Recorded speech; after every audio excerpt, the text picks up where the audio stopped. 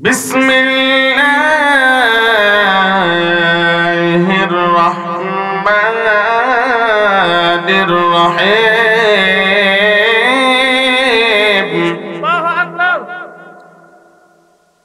وللذين كفروا بربهم عذاب جهنم وللذين كفروا بربهم عذاب جهنم وبئس المصير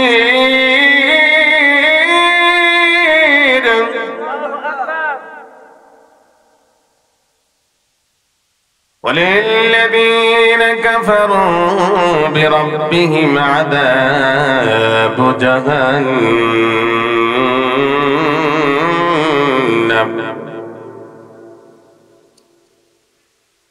وللذين كفروا بربهم عذاب جهنم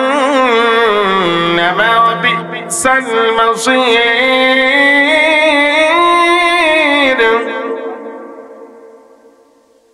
إذا ألقوا فيها سمعوا لها شهيقا وهي تفور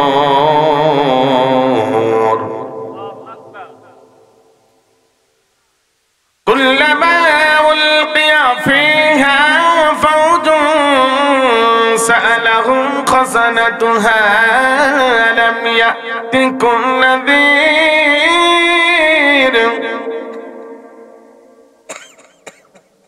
ألم يأتكم نذير قالوا بلى قد جاءنا نذير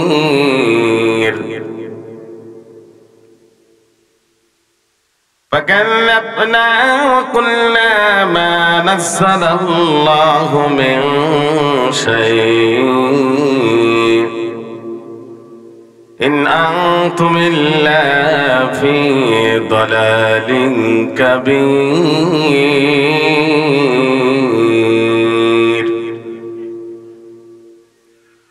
وقالوا لو كنا نسمع أو نعقل ما كنا في أصحاب السعير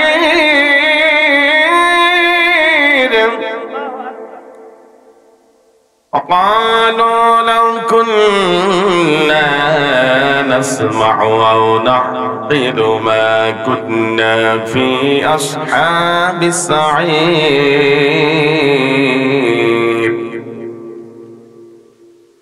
صدق الله العظيم وقال رسول الله صلى الله عليه وسلم قال لا تزول قدم ابن آدم حتى يسأل عن خمس عمره فيما فناه عن شبابه فيما بلاه وعن ماله من أين اكتسبه وفيما انفقه وما عمل فيما علم وقال تعالى في شان حبيبي مخبرا وآمرا إن الله وملائكته يصلون على النبي يا أيها الذين آمنوا صلوا عليه وسلموا تسليما اللهم صل على سيدنا بكماله كشف الدجى بجماله حسنت جميع خصاله صلوا عليه وآله আলহামদুলিল্লাহ ঐতিহ্যবাহী চর বলরামপুর গোরস্থানের উন্নতিকল্পে আজকের এই তাফসীরুল কোরআন মাহফিলের সুযোগ্য সভাপতি প্রধান অতিথি বিশেষ অতিথিবৃন্দ মঞ্চ প্রবিষ্ট সম্মানিত উলামায়ে কেরাম আমার সামনে ভবিষ্ঠ সম্মানিত রসুল্লাহবৃন্দ দিনদার পরহেজগার ইমানদার আল্লাহ ভাইরা যুবক জনেরা মুরব্বান ইকরাম পর্দার অন্তরালের সম্মানিত মা ও বোনেরা আসুন আমরা সকলে একযোগে মহান আল্লাহ তাআলার দরবারে শুকরিয়া আদায় করি যে মহান মুনিব আল্লাহ সুবহানাহু ওয়া তাআলা আমাদেরকে ভালো রাখলেন, সুস্থ রাখলেন, শ্বাস প্রশ্বাস নেবার সুযোগ করে দিলেন, আমাদেরকে এখানে আসার বসার সুযোগ করে দিলেন। সেই মহান মুনিব হামদান কাসীরান তাইয়্যিবান মুবারাকান ফীহি। আল্লাহ তাআলা শুকরিয়া আদায় করলে একটু ভালো করেই করতে হয়, নাকি বলেন আপনারা? আমরা দেখছি এমন একটা সময় ছিল নেতা নেত্রীর হারে গুণগান প্রশংসা, সত্য মিথ্যা জর্জরিত করে ফেলছে। মিথ্যাই বেশি ছিল, সত্য খুবই কম ছিল। আল্লাহ তাআলার প্রশংসা আদায় করলে কি মিথ্যার কোন আশ্রয় প্রশ্রয়ের সুযোগ আছে? আসুন আমরা মহান মুনিবের দরবারে শুকর আদায় করে নিই, কারণ আল্লাহ তাআলা কোরআনুল কারীমে সরাসরি আলহামদুলিল্লাহ 27 বার ব্যবহার করেছেন। কয়বার? 27 বার। কোরআনুল কারীম হল একটি বিজ্ঞান, মহাবিশ্বের মহাবিশ্বয়। কোরআন যারা ধরেছে, কোরআন পড়েছে, কোরআনের আন্দোলন করেছে, আল্লাহ তাআলা তাদেরকে জান্নাতি হিসাবে কবুল করেছেন। কোরআনুল কারীম আল্লাহ তাআলা 27 বার 27 জায়গা আলহামদুলিল্লাহ শব্দ ব্যবহার করেছেন। কোরআনুল কারীমের শুরুটাও আলহামদুলিল্লাহ দিয়ে শুরু হয়েছে, পরে আলহামদুলিল্লাহ। এটা হলো সাহসিকতার পরিচয়। এ কোরআন হলো বিজ্ঞানময় কোরআন, ইয়াসিন ওয়াল কোরআনিল হাকিম। এটা বিজ্ঞানময় কোরআন। আজ কোরআন রিসার্চ করে বিজ্ঞানের সাথে মিলাচ্ছে, দেখছে বিজ্ঞান যাহা বলে কোরআনুল কারীম 1000 বছর আগে সেটাই বলে রেখেছেন। এজন্য আল্লাহ তাআলা কোরআনুল কারীমে যেহেতু 27 বার প্রশংসা আলহামদুলিল্লাহ শব্দ ব্যবহার করেছেন, এজন্য আমাদের সবার উচিত হবে বেশি বেশি করে আল্লাহর প্রশংসা আদায় করা। বন্ধুরা আমার, আল্লাহ তাআলা কোরআনুল কারীমের শুরুতেই আলহামদুলিল্লাহি রাব্বিল আলামিন শব্দ ব্যবহার করলেন। আল্লাহ তাআলা আলহামদুলিল্লাহি রাব্বিল আলামিন এ শব্দ ব্যবহার করলেন। লাহুল হামদু ফালাহুল হামদু, এরকম কোরআনুল কারীমের 27 জায়গায় আল্লাহ তাআলা আলহামদুলিল্লাহ শব্দ ব্যবহার করলেন। আল্লাহ তাআলা এই শব্দগুলো ব্যবহার করে আল্লাহর প্রশংসা আদায় করার জন্য তাগিদ দিলেন। আল্লাহ তাআলা গুরুত্ব বোঝানোর জন্য এই কালিমাতুশ শুকর কোরআনুল কারীমে 27 বার ব্যবহার করলেন। এজন্য আসুন আমরা সবাই আল্লাহ তাআলার প্রশংসা আদায় করি। আল্লাহ তাআলা বলে, বান্দা যদি আমার প্রশংসা আদায় করো, আমি আল্লাহ তাআলা তোমাদের জীবনের সব গুনাহগুলো maaf করে দেব। পড়ি সুবহানাল্লাহ। আল্লাহ তাআলা কোরআনুল কারীমে বলেন, ওয়ালাউ আন্না আহলাল কুরআ আমানু ওয়াত্তাকু লাফাতাহনা আলাইহিম বারাকাতিন মিনাস সামাই ওয়াল আরদ। আল্লাহু আকবার। বান্দা যদি তাকওয়ানিত অবলম্বন করো, আমার নামের প্রশংসা আদায় করো, কৃতজ্ঞতা প্রকাশ করো, তাহলে আমি আল্লাহ তাআলা লাফাতাহনা আলাইহিম বারাকাতিন মিনাস সামাই ওয়াল আরদ, আসমান জমিনের যত বারাকাত আছে সকল বারাকাতগুলো তোমাদের জন্য উন্মুক্ত করে দিব। আফগানিস্তানের দিকে খেয়াল করে দেখুন, তারা শুধুমাত্র কেবলমাত্র আল্লাহরে ভয় করে বলে 11-12 বছর আমেরিকার সৈন্য দিয়ে এই দেশটারে তছনছ করে দিল, মুহুর মুহুর গুলি মারল, বুলডোজার দিয়ে বাড়িঘরগুলো উড়ায় দিল। এরপরে রাসায়নিক মেরে মেরে ওই দেশটাকে একেবারে নষ্ট করে দিল। কিন্তু তারা যখন আল্লাহরে ভয় করেছে, আমেরিকার সৈন্যরে ভয় করে নাই, পরোয়া করে নাই, আল্লাহ তাআলা তাদেরকে বিজয় দান করেছেন। আল্লাহ তাআলা আমেরিকার সৈন্যদেরকে হাজার হাজার কোটি টাকার অস্ত্র শস্ত্র রেখে পালাতে বাধ্য করেছে। কথা বলেন ঠিক কিনা? কি আল্লাহ পালাতে বাধ্য করে নাই? আমরা দেখেছি কত অস্ত্র শস্ত্র রেখে তারা চলে গেল। ভয় করতে হবে আল্লাহরে, আল্লাহরে ভয় করলে আমার আল্লাহ তাআলা ওই দেশের মানুষের জন্য আসমান জমিনের যত বারাকাত আছে, নিয়ামত আছে, সকল নিয়ামত গুলো আল্লাহ তাআলা উন্মুক্ত করে দেন। খেয়াল করুন, আফগানিস্তানের এই জমিনের নিচে এমন একটা খনিজ পাওয়া গেল, যেই খনিজের নাম হলো পান্না, হীরা পান্না আছে না? এই যে পান্না, এই পান্না আফগানিস্তানের জমিনের নিচে খনিজ পাওয়া গেল। আজকে এই আফগানিস্তান এই খনিজগুলো তুলছে, বিক্রি করেছে তারা, বিক্রি করে হাজার হাজার কোটি টাকা এই দেশটা আয় করেছে। পরি সুবহানাল্লাহ। এই যে তোমরা যদি আমারে ভয় করো, তাকওয়া অবলম্বন করো, আল্লাহ বলছে বান্দা যদি তাকওয়া অবলম্বন করো, আমারে ভয় করো, আমি আল্লাহ তাআলা লাফাতাহনা আলাইহিম বারাকাতিম মিনাস সামাই ওয়াল আরদ, জমিন থেকে আসমান থেকে যত বারাকাত আছে সকল বারাকাত গুলো তোমাদের জন্য উন্মুক্ত করে দিব। তারা আল্লাহরে ভয় করেছে, আমেরিকার সৈন্যরে ভয় করে নাই। আমরাও যদি র‍্যাব, পুলিশ, বিজিবি যত বাহিনী আছে এই বাহিনীদেরকে যদি ভয় না করে শুধুমাত্র কেবলমাত্র আল্লাহরে ভয় করি, আল্লাহ তাআলা আমাদের দেশটারে অংশনায় সহায়তা করে দিবেন, আমাদের দেশটাকে সমর্থনশীল দেশ হিসাবে কবুল করে নেবেন।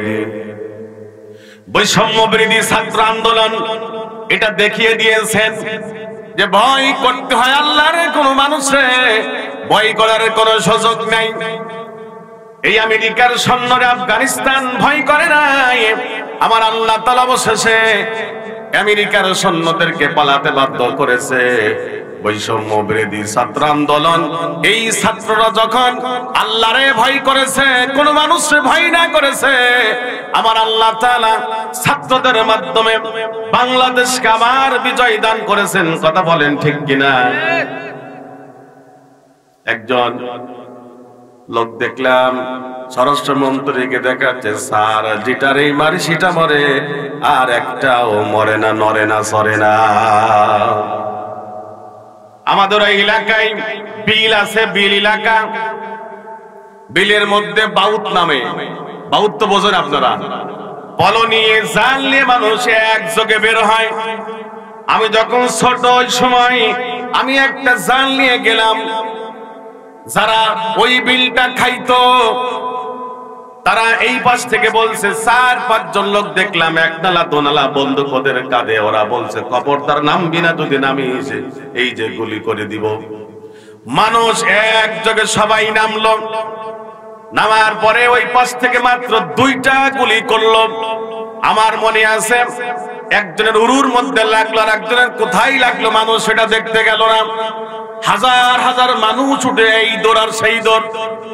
বন্ধুরা আমার, এই যে যখন দেশের মানুষ আল্লাহরে ভয় করবে, কোন মানুষে ভয় না করবে, ভয় করবে না, আমার আল্লাহ তাআলা ওই জাতির বিজয় দান করবেন, ওই জাতির আল্লাহ তাআলা সমৃদ্ধিশীল জাতি হিসাবে কবুল করে নেবেন। ওই জাতির প্রতি আল্লাহ তাআলা তার আসমান থেকে গায়েবী সাহায্য নাজিল করবেন। আল্লাহু আকবার। এটার দৃষ্টান্ত আমরা দেখেছি কিনা?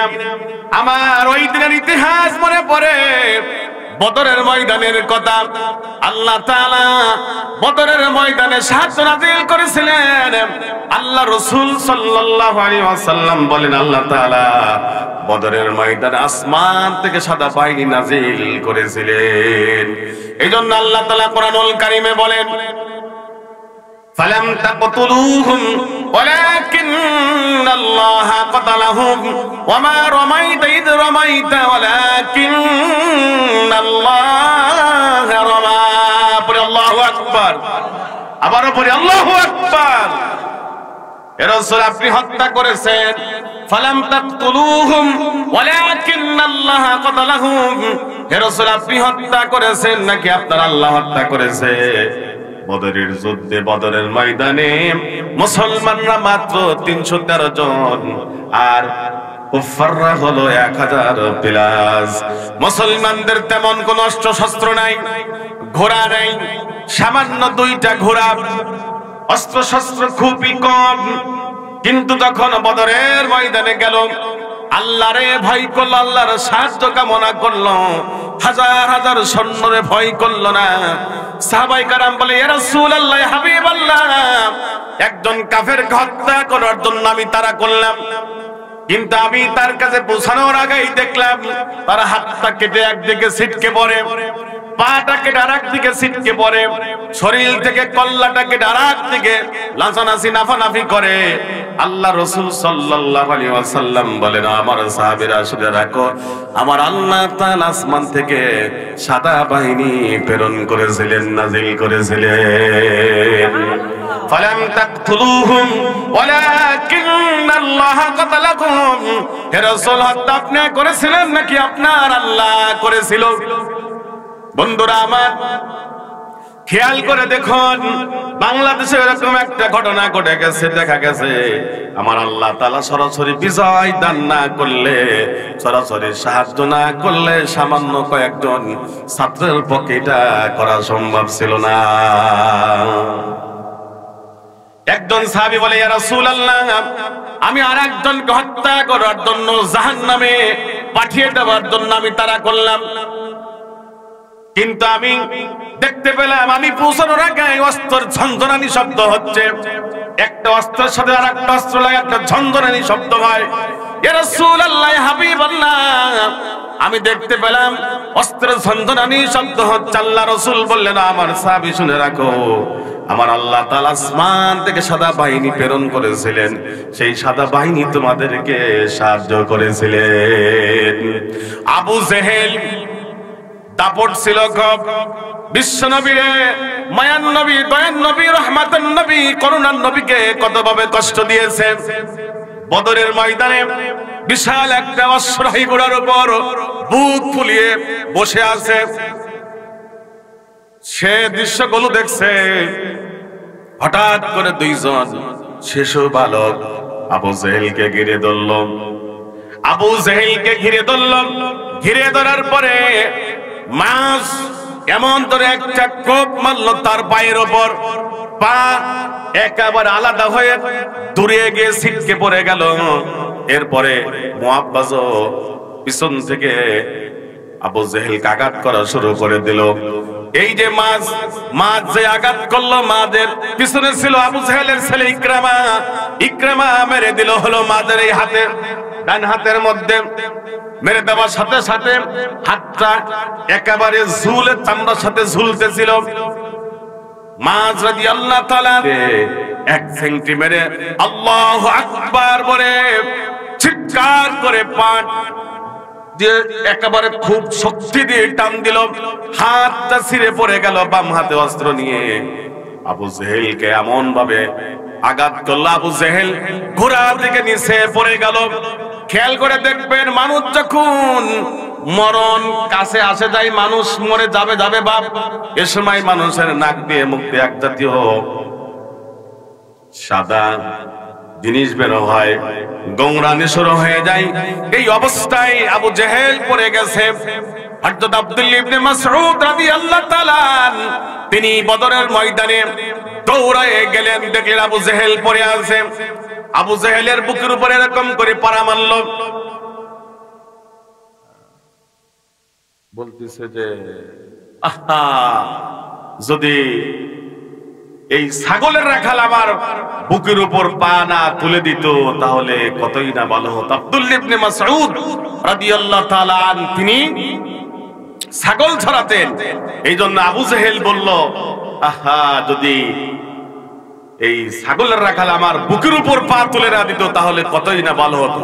মরে যাচ্ছে তাও অহংকার যায় না। খেয়াল করে দেখুন, পানি বন্ধ করে দেই, গ্যাস বন্ধ করে দেই, বিদ্যুৎ বন্ধ করে দেই, অহংকার করেছে। আল্লাহ তাআলা বদরের ময়দানে আবু জেহেলের অহংকারকে সহ্য করে নেই। আল্লাহ তাআলা কোরআনুল কারীমে বলেন, ইন্নাল্লাহা লা ইউহিব্বু কুল্লা মুখতালিন ফাখুর। সবাই বলে আল্লাহু আকবার। আল্লাহ তাআলা কোন অহংকারী দাম্ভিককে পছন্দ করেন না। এই আবু জেহেল যখন বদরের ময়দানে মরে যাচ্ছে, দাম্ভিকতা প্রকাশ করলো। আব্দুল্লাহ ইবনে মাসউদ রাদিয়াল্লাহু তাআলা তার বুকের উপর পা তুলে দিল। সারা শরীরে রক্তাক্ত হয়ে গেছে। তার দাড়ি ধরে রক্তের কারণে পিচ্ছিল ধরা যায় না, চুল ধরে চুলটা রক্তের কারণে পিচ্ছিল ধরা যায় না, কারণ তার এখন গলাটা কাটা দরকার। এই কানের মধ্যে খঞ্জর দিয়ে ছিদ্র করে কানের মধ্যে আঙ্গুল দিয়ে তারে শক্ত করে টেনে ধরল। ওই যে খেয়াল করুন, কোরবানির দিন আমরা যারা কোরবানির পশু গুলো চামড়া ছাড়াই শরীর থেকে দেখবেন জায়গায় জায়গায় আল্লাহ তাআলা এমন ধরার ব্যবস্থা করে দিয়েছে, ছোট্ট চাকু দিয়ে এভাবে সরাই দিলে রক্তটা ধরে টান দেওয়া যায়, চামড়া গুলো ছিল সহজ হয়। আল্লাহ তাআলা আব্দুল্লাহ ইবনে মাসউদকে এরকম একটা জ্ঞান দিয়ে দিলেন। ওই কানের মধ্যে বর্ষা দিয়ে ছিদ্র করে দিল, কান টেনে ধরে তার গলাটা কাটা হলো। বিশ্ব নবী, মায়ের নবী, রহমতের নবী ইতিমধ্যে চলে আসলেন বদরের ময়দানে। দেখে আবু জেহেল পড়ে আছে, আব্দুল্লাহ ইবনে মাসউদ ছুরি চালাচ্ছে। আল্লাহ রাসূল সাল্লাল্লাহু আলাইহি ওয়াসাল্লাম বললেন, এটা আমার যুগের ফিরাউন। আবু জেহেল হলো বিশ্ব নবীর যুগের ফিরাউন। এই ফিরাউনের মাথাটা কাটা হলো, নেওয়া হলো। এরপরে আল্লাহ রাসূল সাল্লাল্লাহু আলাইহি ওয়াসাল্লামের সামনে এভাবে ফেলে দেওয়া হলো। বন্ধুরা আমার, ভাইরা আমার, আমি বলতেছি আল্লাহ তাআলা সাহায্য করেছেন বদরের ময়দানে মুসলমানদেরকে। আল্লাহ তাআলা সাহায্য করেছেন বলে তাদের আল্লাহ তাআলা বিজয় দান করেছেন। আল্লাহ সাহায্য না করলে মুসলমানরা কোনোভাবে বিজয় লাভ করতে পারতো না। এর পিছনের রহস্য হলো আল্লাহরে ভয় করতে হবে, কোনো মানুষকে ভয় করা যাবে না। আল্লাহর প্রশংসা গাইতে হবে, কোনো মানুষের প্রশংসা গাওয়া যাবে না। শুধুমাত্র কেবলমাত্র আল্লাহর প্রশংসা তারা করেছে, আল্লাহরে ভয় করেছে, আল্লাহ তাআলা তাদেরকে সমৃদ্ধশীল জাতি হিসেবে কবুল করে নিয়েছেন, গ্রহণ করে নিয়েছেন। আমার আল্লাহ তাআলা তাদেরকে কবুল করে নিয়েছেন। আসমান জমিনের যত বারাকাত, সকল বারাকাত আল্লাহ তাআলা তাদের জন্য মুক্ত করে দিয়েছেন। আফগানিস্তানের দিকে তাকান আপনারা, দেখুন তারাও কি অসম্ভবকে সম্ভব করল। এই দেশটারে বুলডোজার দিয়ে, রকেট মেরে মেরে, মুহুর মুহুর গুলি করে, রাসায়নিক দিয়ে এই দেশটারে নষ্ট করে দিল। আমার আল্লাহ তাআলা বলল, এই কুফাররা শুনে রাখ, আমি আল্লাহ তাআলা সেই দেশের মধ্যে রহমত নাজিল করব, এই দেশ থেকে কেউ রহমত দূরে সরাইতে পারবে না। আল্লাহ তাআলা পান্নার খনি দিল। আপনারা এখনই ইউটিউবে সার্চ দিয়ে দেখেন, বাংলাদেশের অনেক চ্যানেল এই খবরটা প্রচার করেছিল। আল্লাহ তাআলা ওই দেশের মধ্যে পান্না দিল। পান্নাটা উত্তোলন করে করে তারা হাজার কোটি কোটি টাকা আয় করেছে। এমনকি আপনারা জেনে খুশি হবেন, আমরা ডলারের নাম জানি সবাই, আফগানিস্তানের মুদ্রার নাম হলো আফগানি মুদ্রা। এই ডলারকে আফগানি মুদ্রা ক্রস করেছে, ডলারকে ছেড়ে গিয়েছে। এটা শুনে অবশ্যই খুশি হওয়ার কথা। যেই দেশের উপর 11, 12, 13 বছর জুলুম হলো, মানুষদেরকে গুলি করে করে হত্যা করা হলো, মানুষদেরকে জুলুম করা হলো, নির্যাতন করা হলো, নিপীড়ন করা হলো, আল্লাহ তাআলা সেই দেশের উপরে এত রহমত নাজিল করলেন। কারণটা হলো, রহস্যটা হলো, তারা আল্লাহরে ভয় করেছে, আমেরিকার সৈন্যরে কোনোভাবেই ভয় করে নাই। সেই আল্লাহরে আমরা ভয় করতে রাজি আছি না নাই? কারা কারা আছি তো হাতগুলো দেখি। লিল্লাহে তাকবীর, লিল্লাহে তাকবীর, লিল্লাহে তাকবীর। আল কোরআনের আলো দিলে দিলে জ্বালাইতে হবে। আল কোরআনের আলো দিলে দিলে জ্বলো। আল কোরআনের আলো অন্তরে আল্লাহর কোরআন দিয়ে জ্বালাইতে হবে। এতদিন আমরা ঘরে জ্বালাচ্ছি, কাজ হচ্ছে না। এজন্য এই কোরআন মানুষের অন্তরের মধ্যে চলতে হবে। যে কোরআন দিয়ে আমরা অন্তরটা জ্বালাইতে পারি, আল্লাহ তাআলা ঈমান বৃদ্ধি করে দেবেন। কারণ কোরআন শুনলে আল্লাহ তাআলা কোরআনুল কারীমে বলেছেন, যাদাতুহুম ঈমানা, কোরআন শোনার কারণে আমি আল্লাহ তাআলা ঈমানটা বৃদ্ধি করে দিব। এজন্য সেই কোরআন শুনতে হবে মনোযোগ সহকারে। কোরআন শুনলেই ঈমান বৃদ্ধি পেয়ে যাবে। এই কোরআন শুনলে ঈমান বৃদ্ধি পাই বলেই আবু জেহেলরা তারা কোরআন মানুষদেরকে শুনতে কোরআনুল কারীমের তাফসীর ওরা 144 দ্বারা জারি করছে, মাহফিলগুলো বন্ধ করছে যাতে মানুষ কোরআন শুনতে না পারে। বিশ্বনবী যখন কোরআনুল কারীমের দাওয়াত দিচ্ছিলেন, এই কোরআনুল কারীম দাওয়াত দেওয়ার প্রথমে আল্লাহ রাসূল সাল্লাল্লাহু আলাইহি ওয়াসাল্লামের বিরুদ্ধে বিভিন্ন রকম ষড়যন্ত্র শুরু করে দিল। প্রথমে আল্লাহ রাসূলকে হত্যা করা হয় নাই, আল্লাহ রাসূলকে হত্যার ষড়যন্ত্র প্রথমেই করা হয় নাই। আল্লাহ রাসূল সাল্লাল্লাহু আলাইহি ওয়াসাল্লামের বিরুদ্ধে প্রথমে ষড়যন্ত্র করা হলো ওই ষড়যন্ত্র যে মুহাম্মদ হলো পাগল, মুহাম্মদ হলো জাদুকর, মুহাম্মদ হলো জ্যোতিষ, মুহাম্মদ মিথ্যাবাদী, এই বলে প্রথমে প্রোপাগান্ডা চালাও। আল্লাহ তাআলা সেই কথা কোরআনুল কারীমে কোট করে রেখেছেন। আল্লাহ তাআলা জানেন অদূর ভবিষ্যতে 1500-1550 বছর পরে এমন কিছু কিছু লোক আসবে যারা কোরআনুল কারীমের বিরোধিতা করবে, কোরআনুল কারীমের বইগুলোকে জঙ্গি বই বলে চালিয়ে দিবে। কথা বলেন ঠিক কিনা? আল্লাহ তাআলা সেই কথা কোরআনুল কারীমের মধ্যে কোট করে রেখেছেন। আল্লাহ তাআলা বলেন, ওয়াকালু ইয়া আইয়ুহাল্লাযী নুযিলা আলাইহি যিকরু ইন্নাকা লামাজনুন।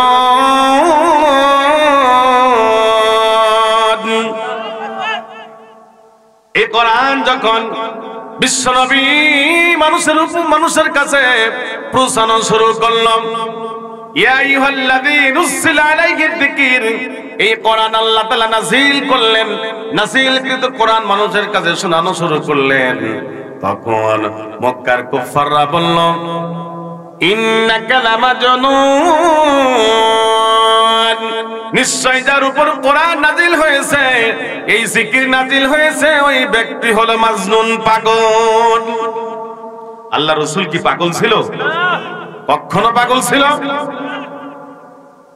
তারা এই কথা কেন বলল? কারণ কোরআন থেকে মানুষদের করে দূরে সরাইতে চায় যে এই কথা বলে যদি আমরা একটু মুহাম্মাদের সরাই, মানে মুহাম্মাদের কাছ থেকে মানুষদেরকে সরাইতে পারি, তাহলে আমাদের জন্য কল্যাণ হয়।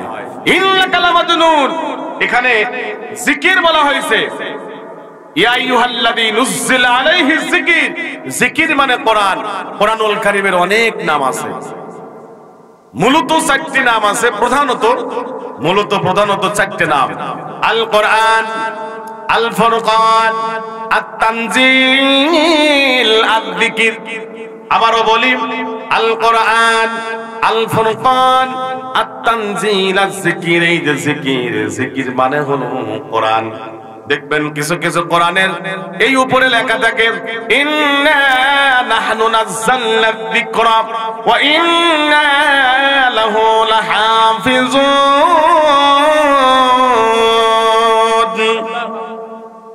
নিশ্চয় জিকির, নাহনু নাযালনা যিকরা, নিশ্চয় জিকির আমরা নাযিল করেছি, আমি নাযিল করেছি এই জিকির, এই কোরআন।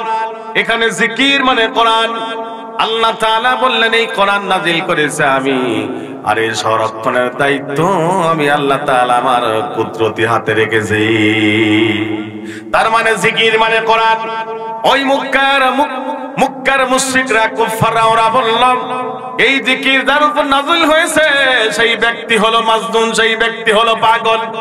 এরপরে ওরা বলল, ওয়াজিবু আন জাআহুম মুনযিরুম মিনহুম ওয়া ক্বালাল কাফিরুনা হাদা সাহিরুন কাদ্দাব। আল্লাহু আকবার। ওয়াজিবু, ওরা বিস্ময় বোধ করেছে, মানে আল্লাহকে আর লোক পাইল না কোরআন নাযিল করার জন্য, এই জিকির নাযিল করার জন্য। ওদের সহ্য হচ্ছে না।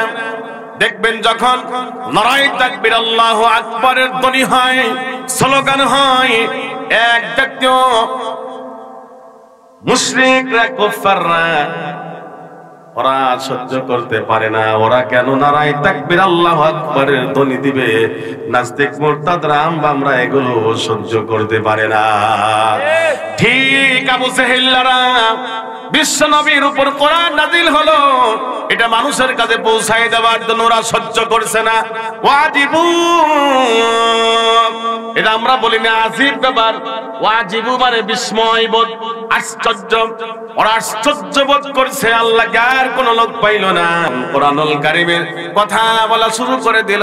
ওরা বলল সাহিরুন কাদ্দাব, এই মুহাম্মদ হলো জাদুকর, মুহাম্মদ হলো মিথ্যাবাদী। বন্ধুরা আমার, বিষয়গুলো রক্ষা করা দরকার। আল্লাহ রাসূল সাল্লাল্লাহু আলাইহি ওয়াসাল্লামকে যেভাবে মক্কার মুশরিকরা, মক্কার কুফাররা প্রপাগান্ডা চালিয়েছে, ঠিক তারা কোরআনুল কারীমের আন্দোলন করবে, কোরআনুল কারীমের কর্মসূচি হাতে নিবে। তাদেরকেও বর্তমান প্রেক্ষাপটে তাদেরকেও কিন্তু এই জাতীয় কথা বলে বলে মানুষদেরকে তাদের থেকে দূরে সরানোর চেষ্টা করবে। কিন্তু আল্লাহর কথা হলো আল্লাহু মুতিম্মু নূরিহি ওয়ালাউ কারিহাল কাফিরুন। ওরা যতই চেষ্টা করুক না কেন আল্লাহর নূরকে ওরা নিভিয়ে দিবে, ওরা দমন করবে। আল্লাহ তাআলা বলে, আমি আল্লাহ তাআলা আমার নূরকে, আমার কোরআন ইসলামকে আমি বিকশিত করেই ছাড়ব। যদিও কাফেররা, মুশরিকরা, মুনাফিকরা পছন্দ করে, তারপরেও আমি আল্লাহ তাআলা আমার কোরআনকে বিকশিত করে ছাড়ব। এজন্য মক্কার মুশরিকরা হাজার চেষ্টা করে কোরআনুল কারীমকে স্তব্ধ করতে পারে নাই। বর্তমানেও যারা কোরআন বিরোধী কর্মকাণ্ডের সাথে জড়িত, তারাও ইসলামী আন্দোলনকে কোনোভাবেই থামাতে পারবে না। কথা বলেন ঠিক কিনা? এজন্য বন্ধুরা আমার, খুবই সাবধান। কোরআনুল কারীম থেকে আমাদেরকে সরানোর জন্য এই কোরআনুল কারীমকে জঙ্গি বই বলে তকমা দেওয়া হবে, প্রপাগান্ডা চালানো হবে। 4-5 জন একসাথে বসে কোরআনুল কারীমের কোন একটা সূরা নিয়ে আয়াত নিয়ে দার্স দেওয়া হবে। ওই দার্সের প্রোগ্রাম থেকে ধরা হয়েছে, মিডিয়ায় এনে বলা হয়েছে যে জঙ্গি বই। আশ্চর্য কথা, যেখানে কোরআন হাদিস দিয়ে বই লেখা হলো, এই কোরআন হাদিস দিয়ে বই লেখা গুলো বলা হলো জঙ্গি বই। আল্লাহ তাআলা তাদেরকে এমন অবস্থা করে দিল, তাদেরকে দুনিয়া থেকে নিশ্চিহ্ন করে দিল। কথা বলেন ঠিক কিনা? বন্ধুরা আমার, এই জন্য আমাদের সকলকে আল্লাহরে ভয় করতে হবে। কোন মানুষকে ভয় করা যাবে না, কি বলি কি হয় চিন্তা করা যাবে না। আল্লাহ তাআলা ওয়াদা দিচ্ছে আমাদের জন্য, ওয়াদাল্লাহুল্লাযীনা আমানু ওয়া আমিলুস সালিহাত লা ইস্তাখলিফান্নাহুম ফিল আরদ কামা ইস্তাখলাফাল্লাযীনা মিন ক্বাবলিহিম ওয়া লা ইউমাক্কিনান্না লাহুম দীনাহুমুল্লাযী ইরতাদা লাহুম ওয়া লা ইউবাদদিলান্নাহুম মিন বা'দি খাউফিহিম আমনা। পড়ে আল্লাহু আকবার। আল্লাহ ওয়াদা করলেন, আমানু, আল্লাহ আমাদেরকে বলছেন তোমরা যদি ঈমান আনো, বিশ্বাস স্থাপন করো। আমাদের সবার ঈমান আছে। কথা বলেন, ঈমান আছে না নাই? সবার ঈমান কিন্তু আমার ঠিক নাই। যাদের ঈমান ঠিক নাই তারা হলো মুনাফিক। কথা বলেন, মুনাফিক আছে না নাই? কোরআন শুনলে কিন্তু মুনাফিকরা সহ্য করতে পারে না। ওয়াইদা তুতলা আলাইহি আয়াতুনা ওয়াল্লা মুস্তাকবিরান কাল্লাম ইসমাহা কান্না ফি উযুনাইহি ওয়াকরা। মুনাফিকদের সামনে কোরআন তেলাওয়াত করলে ওরা চোখ উল্টায়ে ঘাড় বাঁকা করে, এরপরে কপাল গুছিয়ে কোরআন শুনে বলে, এত সময় তো হুজুর ভালো হয়েছিল, এখন এটা বলে কেন? আল্লাহ তাআলা অন্যত্র বলেছেন, যখন ওদের সামনে কোরআন বলা হয় ওদের অসহ্য ধরে যায়, ওরা যেন ওদের চোখ আশ্রিয়ে ফেলবে, যেন ওরা চোখ আশ্রিয়ে ফেলবে। কোরআন ওদের সামনে বলে ওদের অবস্থা এইরকম হয়। এজন্য আল্লাহ তাআলা বলল, বান্দারে শুনে রাখো, ওয়াদাল্লাহুল্লাযীনা আমানু, আমি ওয়াদা করলাম, কথা দিলাম, যদি তোমরা ঈমান আনো, ঈমানের দাবি অনুযায়ী আমলে সালেহ করো, সৎকর্ম করো। বিষয়টা লক্ষ্য করবেন, এখানে ঈমান শর্ত। ঈমান শর্ত, ঈমান হলো ওই জিনিসকে বলা হয় কোরআনুল কারীম এ টু জেড, সূরা ফাতিহার শুরু থেকে সূরা নাস। আল্লামা সাইদি রাহিমাহুল্লাহ তিনি বলেছিলেন, বাস বাকারা দিয়ে শুরু, আর হলো না দিছে, সে বলেছিল, উদাহরণ দিয়েছিল বাস। তার নিজের এটা চিন্তা ভাবনা থেকে বলছিল বাস, আমরা কই বাস, আর কিছু দরকার নেই, যথেষ্ট এনাফ।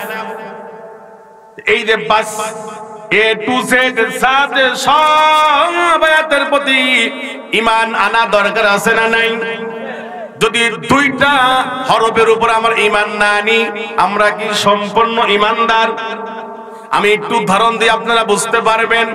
কোরআনুল কারীম সম্পূর্ণর উপর ঈমান না আনলে, একটু বিষয় যদি কারোর অগ্রাহ্য মনে হয়, তাহলে কিন্তু এই ব্যক্তি কাফের হয়ে যায়।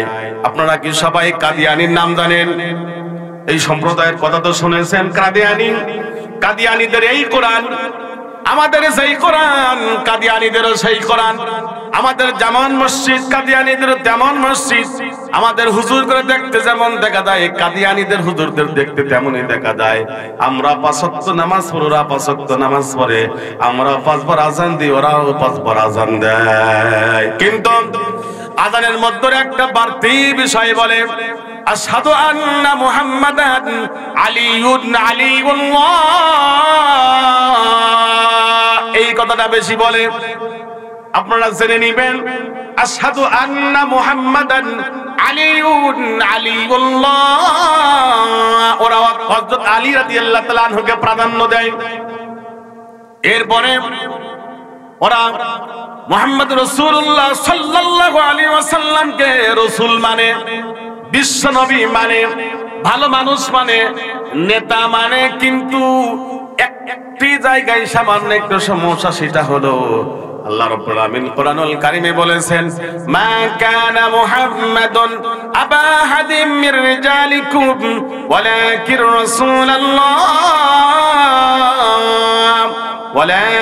রাসূলুল্লাহ ওয়া খাতামান নাবিয়্যিন। এই যে ওয়া খাতাম, ওরা মুহাম্মদ রাসূলুল্লাহকে রাসূল মানে, নবী মানে, নেতা মানে, কিন্তু খাতাম মুহাম্মদ রাসূলুল্লাহ শেষ নবীটা মেনে নাই না। কাদিয়ানীদের চিন্তা ভাবনা হলো মুহাম্মদ রাসূলুল্লাহ সাল্লাল্লাহু আলাইহি ওয়াসাল্লামের পরে আরো নবী আসবে। এই কথা, এই আকীদা পোষণ করার কারণে সারা পৃথিবীর আলেম ওলামা ঐক্যমত, কাদিয়ানীরা কাফের। কথা কি বোঝা গেল? কয়টা আয়াত তারা অস্বীকার করেছে? একটা আয়াত না, একটা আয়াতের সামান্য 3-4টা হরফ। খাতাম, খ আলিফ জবর খ, তার মিম, আলিফ ধরলে 4 হরফ, আলিফ না ধরলে 3 হরফ। তাহলে খাতাম শুধুমাত্র কেবলমাত্র এই একটা শব্দ অস্বীকার করার কারণে তারা কাফের। সারা পৃথিবীর আলেম ওলামা ঐক্যমত যে তারা কাফের। আল্লাহ তাআলা সে কথা কোরআনুল কারীমে বলেছেন, আফাতুমিনুনা বিবাদিল কিতাব ওয়া তাকফুরুনা বিবাদ। কোরআনুল কারীমের এক অংশের উপর ঈমান আনবা আর এক অংশ কুফরি করবা, এটা হবে না, এটা করার কোনো সুযোগ নাই। খেয়াল করে দেখবেন, আমাদের দেশের কিছু মানুষ কোরআনুল কারীমের ফজিলতের বিষয়গুলো খুব ভালোভাবে মেনে নেয়, কিন্তু যখনই ওই ব্যক্তির সামনে জিহাদান ফি সাবিলিল্লাহ, আল্লাহর রাস্তায় জিহাদ করা ফরজ, এই কথা বলা হয়, তখন বলে রাজনীতি শুরু হয়ে গেল। কথা বলেন ঠিক কিনা? একটু জোরে বলতে হবে, ঠিক কিনা? আফাতুমিনুনা বিবাদিল কিতাব, নামাজের উপর, রোজার উপর, হজের উপর, যাকাতের উপর ঈমান আছে। তুমিনুন, ঈমান আছে, ঈমান এনেছে। ওয়া তুজাহিদুনা ফি সাবিলিল্লাহ, আল্লাহর রাস্তায় জিহাদ করো। আল্লাহ তাআলা কোরআনুল কারীমে জিহাদ শব্দ অসংখ্যবার ব্যবহার করেছেন। এটা শোনার পরেই কিন্তু তাদের মনটার ভালো থাকে না। এই যে এক অংশের উপর ঈমান আনবা আর এক অংশের উপর ঈমান আনবা না, কুফরি করবা, আল্লাহ বলে হবে না। এজন্য ঈমান হলো শর্ত। আল্লাহ তাআলা ওদেরকে ডাক দিয়ে বলছেন, ইয়া আইয়ুহাল্লাযীনা আমানু আমিনু বিল্লাহি ওয়া রাসূলিহি, হে ঈমানদাররা ঈমান আনো। এই যে পরীক্ষা শেষ হয়ে গেল, ছেলে পেলে ভর্তি হচ্ছে, যিনি ছাত্র ভর্তি হলো, শিক্ষক যদি বলে বাবারে ভর্তি হন, তাহলে স্যারকে পাগল বলবে কিনা? আমি তো ছাত্র, আমারে ভর্তি হওয়ার কথা কেন বলে? শিক্ষক ওই ছাত্ররে বলছে। কিছু কিছু ছাত্র দেখবেন যেমন তেমন একটু স্কুলে যায়, মাঝে মাঝে যায়, বেশিরভাগই যায় না, পরীক্ষা দিতে চায়।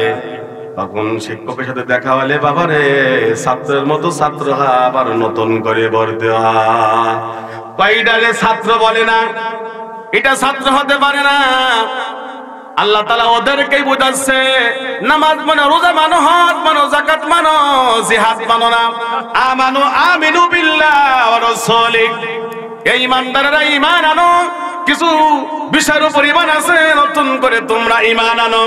বন্ধুরা আমার বিষয়টা লক্ষ্য করবেন, ঈমান একটা মূল্যবান জিনিস। আল্লাহ তাআলা ঈমানকে খুবই মূল্যায়ন করেছে। খেয়াল করে দেখবেন, কোন মানুষ যদি ঈমান ছাড়া কোন আমল করে, সেই আমল গ্রহণযোগ্য হবে না। ইন্ডিয়ার একজন ব্যক্তি, মহিলা মানুষ, তার নাম হলো মাদার তেরেসা। এখানে আছেন এমন কেউ আছেন মাদার তেরেসার নাম জানেন না? এমন ব্যক্তি পাওয়া কঠিন। এই মাদার তেরেসা ইসলামের জন্য তেমন কোন কাজ করছে কিনা আমার জানা নাই, তবে ইসলামের একটা অংশ হলো অনাথ, মানে আপনার ইয়াতীম, এরপরে বিধবা নারীদের জন্য, পথ শিশুদের জন্য, যাদের খাবার নাই, দুস্থ, অন্ন নাই, বস্ত্র নাই, এমন ব্যক্তিদেরকে ধরে ধরে ধরে ধরে নিয়ে এসে ওনার যে আশ্রম আছে, আশ্রমে তিনি নিয়ে এসে তাদেরকে জায়গা করে দেন। বলুন তো দেখি, এটা ভালো কাজ না খারাপ কাজ? মানুষ জাহান্নামে যাবে কয়েকটা কারণে, তার মধ্যে একটা কারণ হলো আল্লাহ তাআলা কিয়ামতের দিন ওদেরকে যখন জিজ্ঞাসা করবে, নিজেরাই বলবে, ক্বালু লাম নাকু মিনাল মুসাল্লিন ওয়া লাম নাকু নুতঈমুল মিসকিন, আমরা মিসকিনদেরকে হাত দিতাম না, আমরা মিসকিনদেরকে খাইতে দিতাম না। তাহলে মাদার তেরেসা তো ঈমান নাই, কিন্তু মিসকিনদেরকে খাইতে দিচ্ছে, অনাথদেরকে খাইতে দিচ্ছে, পথ শিশুদেরকে ধরে নিয়ে এসে খাইতে দিচ্ছে। এই যে ইসলামের একটা বিষয় সে আমল করলো, কিন্তু ঈমান না থাকার কারণে, বলুন তো দেখে ওই ব্যক্তিকে এখান থেকে কোনো ফায়দা পাবে কি? আবার কোন সুযোগ আছে? এই জন্য আল্লাহ তাআলা বলল, বান্দারে শুনে রাখো, ঈমান হলো খুবই মূল্যবান জিনিস। ওয়াদাল্লাহুল্লাযীনা আমানু, তোমরা ঈমান আনো, ঈমানের দাবি অনুযায়ী তোমরা আমলে সালেহ করো, সৎকর্ম করো। সেই সৎকর্ম হলো হজ, যাকাতের পরে জিহাদান ফি সাবিলিল্লাহ, আল্লাহর রাস্তায় জিহাদ করো। এই যে আমানু আমিলুস সালিহাত, যদি এই কাজগুলো করো, লা ইস্তাখলিফান্নাকুম ফিল আরদ, আমি আল্লাহ তাআলা তোমাদেরকে জমিনে নেতৃত্ব, কর্তৃত্ব দান করব। বলি সুবহানাল্লাহ। কিসের বিনিময়ে? আমানু ওয়া আমিলুস সালিহাত, যদি তোমরা ঈমানের দাবি অনুযায়ী সৎকর্ম করো, আমলে সালেহ করো, আমি আল্লাহ তাআলা তোমাদের হাতে নেতৃত্ব, কর্তৃত্ব দান করব। আল্লাহ তাআলা এই আমলে সালেহ বিনিময়ে নেতৃত্ব, কর্তৃত্ব দান করবেন। আল্লাহ তাআলা বলেন, লা ইস্তাখলিফান্নাহুম ফিল আরদ কামাস্তাখলাফাল্লাযীনা মিন ক্বাবলিহিম, ইতিপূর্বে আমি আল্লাহ তাআলা যেভাবে নেতৃত্ব, কর্তৃত্ব দান করেছিলাম। এই 4 মাস আগে আমাদের বিশ্বাস হতো না, ওদেরকে কি সরাইতে পারবো, নড়াইতে পারবো? আমরাই বলতাম বাবাজি সম্ভব না। এখানে ওদের লোক, এখানে ওদের লোক, সামনে ওদের লোক, পিছনে ওদের লোক, উপরে ওদের লোক, নিচে ওদের লোক, সব জায়গায় ওদের লোক, সরানো সম্ভব না। কথা বলেন, এভাবে বলতাম কিনা? আল্লাহ তাআলা এটা বোঝানোর জন্য বললেন, আমি আল্লাহ তাআলা তোমাদের হাতে নেতৃত্ব, কর্তৃত্ব দিব, সেভাবে ইতিপূর্বে আমি আল্লাহ তাআলা তোমাদেরকে নেতৃত্ব, কর্তৃত্ব দিয়েছি। হযরত মূসা আলাইহিস সালামের দৃষ্টান্ত দিলে খুবই ভালো বোঝা যাবে। দেখুন, মূসা আলাইহিস সালামকে দুনিয়া আসতে দিবে না, আমার আল্লাহ বলল যে না না, আমি মূসা আলাইহিস সালামকে দুনিয়াতে অবশ্যই নিয়ে আসবো। আল্লাহ তাআলা মূসা আলাইহিস সালামকে দুনিয়ায় নিয়ে আসলেন। মূসা আলাইহিস সালামের মা ভয় পাচ্ছে, আল্লাহ ও আমার আল্লাহ ও আমার রব, যদি আমার মূসাকে আজকে ধরে নিয়ে যায় তাহলে তো আমার মনটা ভীষণ খারাপ হয়ে যাবে। আল্লাহ বলল, আল্লাহ মূসা আলাইহিস সালামের মাকে ওহী করলো। এই ওহী মানে নবীদের যেভাবে ওহী করেছেন ওইভাবে ওহী না। ওয়া আওহা ইলা উম্মি মূসা, ও মুসার মা, তুমি যদি ভয় করো তোমার সন্তানটা নিয়ে যাবে, তাহলে তুমি তোমার মুসাকে, তোমার সন্তানকে এই দরিয়ার মধ্যে নিক্ষেপ করো।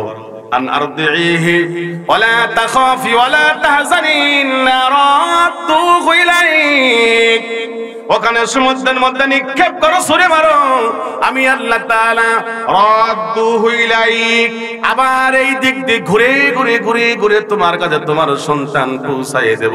ওয়ালা তাখাফি ওয়ালা তাহজানি, ভয় করো না, চিন্তা করো না। খেয়াল করুন, মুসা আলাইহিস সালামের কথা স্মরণ করুন। মুসা আলাইহিস সালামের মা মুসা আলাইহিস সালামকে ভাসিয়ে দিল। মুসা আলাইহিস সালামের বোনকে বলল, এই দেখে রাখো, চোখে চোখে রাখো, ওদের লোকজন বুঝতে না পারে, ফেরাউনের লোকজন বুঝতে না পারো তুমি মুসার বোন। চলে গেল। মুসা আলাইহিস সালামকে ওই যে ঘাট থেকে তুলে নেওয়া হলো। এরপরে ফিরাউনের স্ত্রী বলল, ওরে মেয়ে তুমি মেরো না। ফিরাউনের স্ত্রী ফিরাউনকে বলছো, রে তুমি মেরো না, আমাদের সন্তান হবে, আমাদের তো কোনো সন্তান নাই, ভবিষ্যতে আমাদের কাজে লাগবে। এখন এই মুসা দুধ পান করেন, আপনাদের সবারই ওয়াজ জানা, দুধ পান করে না, কি যে এক বিপদ, বিপদের উপর বিপদ। তখন এই যে মুসা আলাইহিস সালামের ছোট্ট বোন আছে, বোন বলল, আমি কেমন একটা লোকের সংবাদ তোমাদেরকে দিতে পারি না। বলে, হ্যাঁ অবশ্যই, তো আমরা তো বিপদে আছি। মুসা আলাইহিস সালামের মাকে ডেকে আনা হলো, সাথে সাথে স্তন পান করা শুরু করে দিল। দেখুন, খেয়াল করুন, আল্লাহ তাআলা কি একটা খেলা খেলে দিলেন। যেই মুসাকে হত্যা করা হবে, সেই মুসা আলাইহিস সালাম মায়ের দুধ পান করবে, আর ওই দুধের খানি, ওই দুধের বিলটা আল্লাহ তাআলা ফিরাউনকে দিয়ে দেওয়ালেন। চিল্লায় বলেন আল্লাহু আকবার। কি একটা খেলা আল্লাহ খেলে দিলেন। এই যে আল্লাহ বললেন, লা ইস্তাকলিফান্নাকুম ফিল আরদ, আমি তোমাদের হাতে নেতৃত্ব কর্তৃত্ব দান করব, কামাস্তাখলাফাল্লাযীনা মিন ক্বাবলিহিম, যেভাবে আমি আল্লাহ তাআলা ইতিপূর্বে ক্ষমতা পূর্ববর্তীদেরকে দান করেছিলাম। এই মুসা আলাইহিস সালাম বড় হলেন, এরপরে এক কীর্তি হত্যা হয়ে গেল। পরের দিন একই ঘটনা ঘটে গেল। মুসা আলাইহিস সালামের বিরুদ্ধে কঠিন আকারে ষড়যন্ত্র হলো। রাজদরবারে তার জন্য আইন পাস হয়ে গেল, মুসাকে যেখানেই পাবে হত্যা করে দিবে। এরপরে যখন পরের দিন একই ঘটনা ঘটলো, যে সাহায্য চাচ্ছিল, মানে আমি ভুল ঘটনা বলতে যাচ্ছি না, শুধু আপনাদের টাল দিতে যাচ্ছি, একটু বোঝার জন্য মনে করাই দিচ্ছি।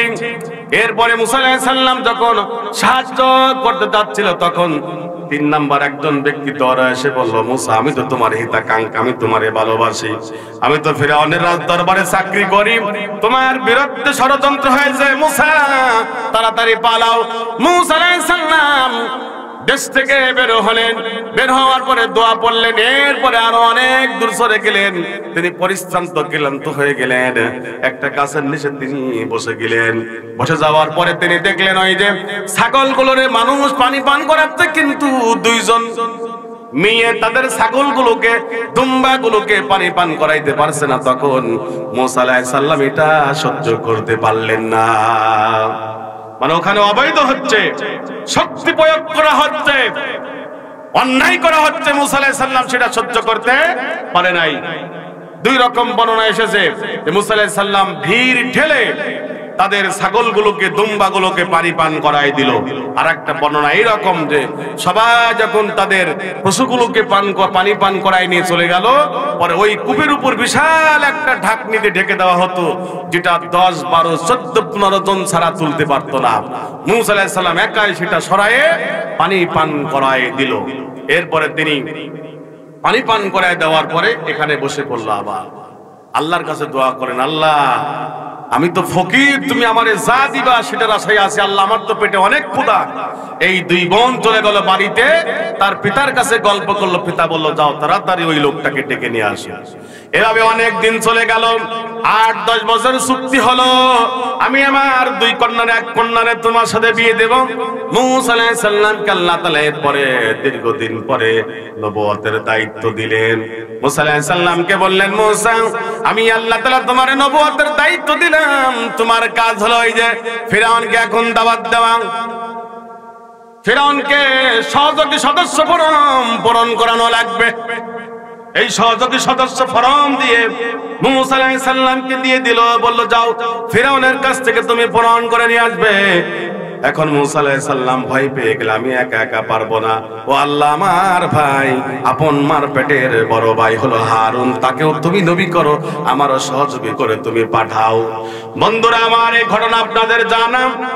এই যে মুসা আলাইহিস সালামকে আল্লাহ তাআলা কর্তৃত্ব দিলেন, খেয়াল করুন।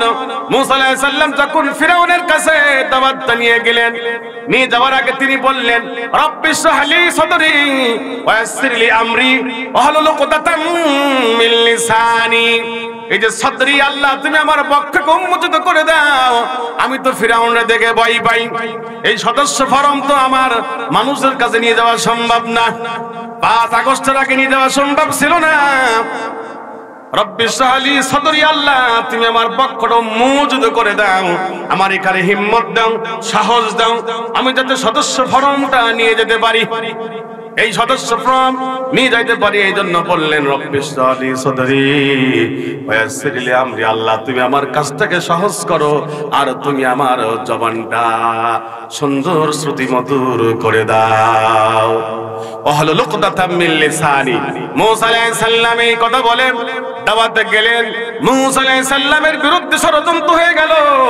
আপনারা সবাই জানেন মুসা আলাইহিস সালামকে হত্যা ষড়যন্ত্র করা হয়েছে, জুলুম করা হয়েছে, নির্যাতন করা হয়েছে, তার সঙ্গী সাথীদেরকে অনেকভাবে জুলুম নির্যাতন করা হলো।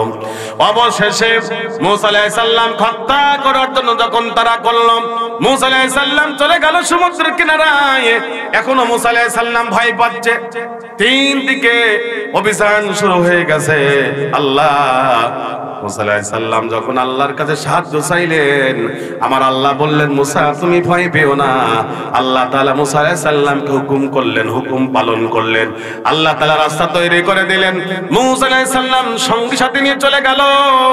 ফিরআউন মনে করলো এটা তো সরকারি রাস্তা, আমরাই তো বড় বড় প্রজেক্ট দিয়ে তৈরি করেছি, 1000 কোটি টাকা এর ভিতর থেকে আমরা সুইস ব্যাংকে পাচার করেছি, সমস্যা কি?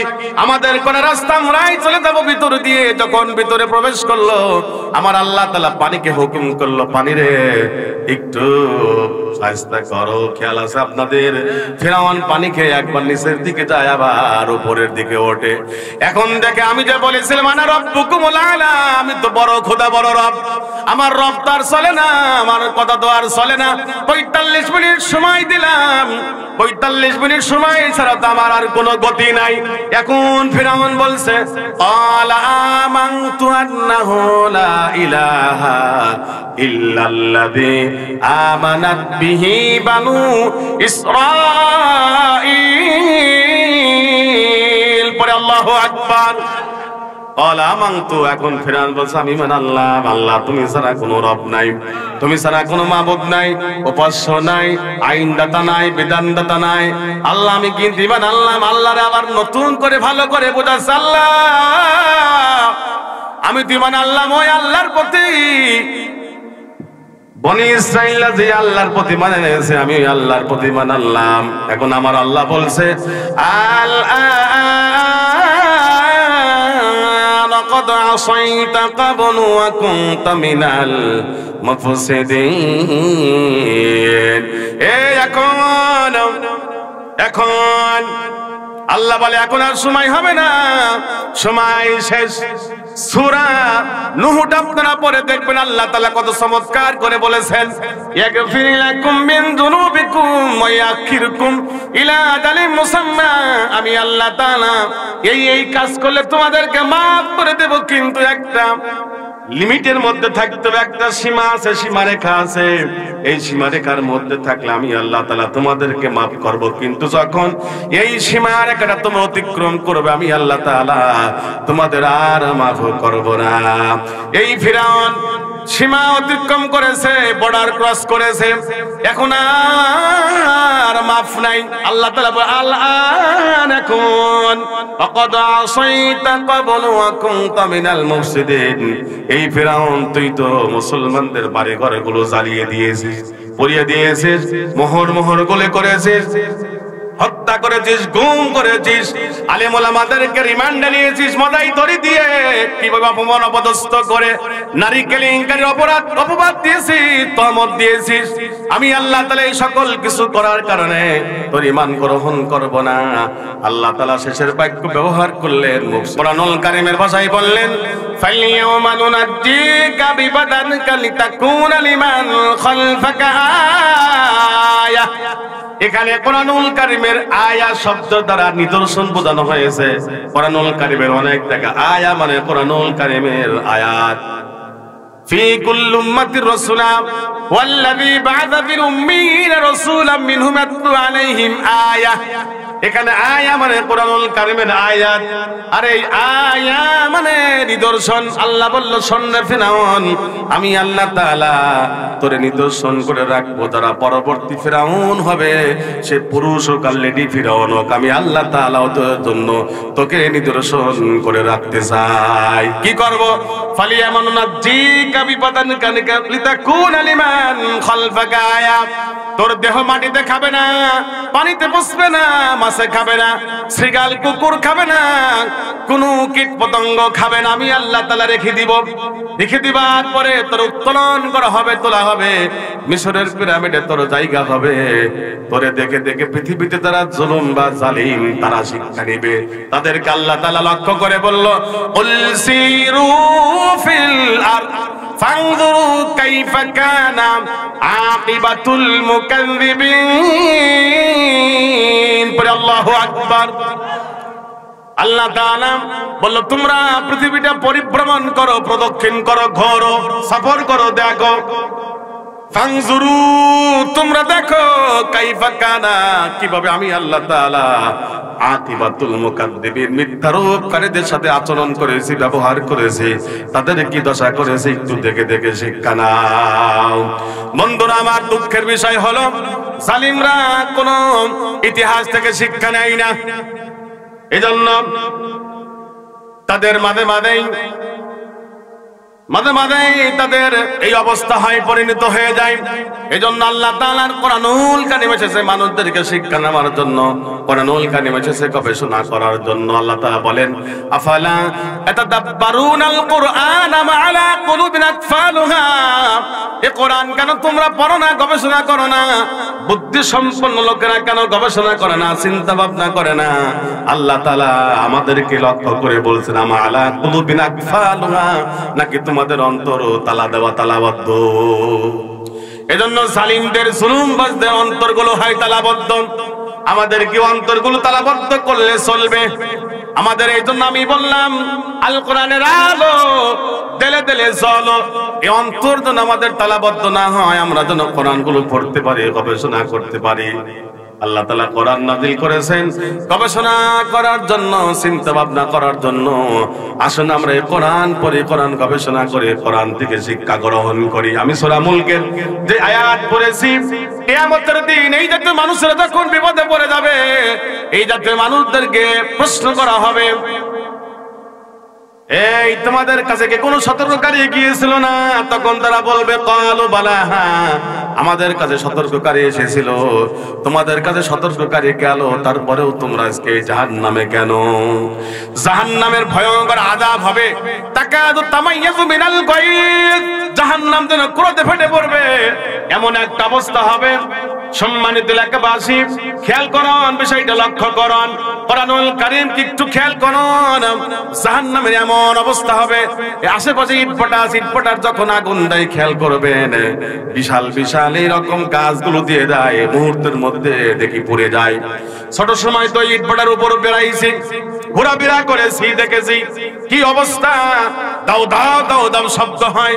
আল্লাহ তাআলা সেটাই বলছেন, তাকাদু তামাইয়াজু মিনাল গায়জ, এই জাহান্নাম যেন ক্রোধে ফেটে পড়বে, এমন শব্দ হবে জাহান্নামের। এই জাহান্নাম থেকে আমাদের শিক্ষা নেওয়া দরকার, কোরআন থেকে শিক্ষা নেওয়া দরকার। জাহান্নামের মধ্যে যখন মানুষদেরকে দেওয়া হবে, তখন বলা হবে, তোমাদের কাছে কি কোনো সতর্ককারী যায়নি, গিয়েছিল না? কুল্লামা উলকিয়া ফিহা ফাওজুন সাআলাহুম, এই যে সাআলাহুম, সাইল করা হবে, প্রশ্ন করা হবে। খাজানাতুহা আলাম ইয়াতিকুম নাযীর, নাযির মানে সতর্ককারী। আল্লাহ তাআলা কোরআন পাঠিয়েছেন সতর্ককারী করার জন্য, সতর্ক করার জন্য। সেই সাথে রাসূলকে পাঠিয়েছেন সতর্ককারী হিসাবে। তোমাদের কাছে কি সতর্ককারী যায়নি? হ্যাঁ গিয়েছিল। ক্বালু বালা ক্বাদ জানা নাযীর, হ্যাঁ আমাদের কাছে সতর্ককারী এসেছিল, কিন্তু আমরা শুনি নাই, মানি নাই। এগুলো নিয়ে কোনো চিন্তা ভাবনাই করিনি, আমরা মিথ্যারোপ করেছি। আমরা আরো ওদের বিরুদ্ধে বিভিন্ন ষড়যন্ত্র করেছি, চক্রান্ত করেছি, তাদের বিরুদ্ধে মিথ্যা অপবাদ দিয়েছি। এই মানুষরা কিয়ামতের দিন আফসোস করে করে বলবে, ওয়াকালু লাউ কুননা নাসমাউ আও নাকিলু মা কুননা ফি আসহাবিস সাঈর। ওয়াল্লাহ, আমরা যদি শুনতাম, বুদ্ধি কাটাতাম, এই যে নাকিলু মানে আকেল যদি কাটাতাম, বুদ্ধি কাটাতাম, আমরা যদি নাসমাউ শুনতাম, আও নাকিলু বুদ্ধি কাটাতাম, তাহলে মা কুননা ফি আসহাবিস সাঈর, আমাদেরকে জাহান্নামের অধিবাসী হতে হতো না। সম্মানিত উপস্থিতি, আপনারা কি জাহান্নামী হতে চাই কি? তাহলে কোরআন পড়া দরকার আছে না নাই? কোরআন শোনা দরকার আছে না নাই? কোরআন নিয়ে গবেষণা করার দরকার আছে না নাই?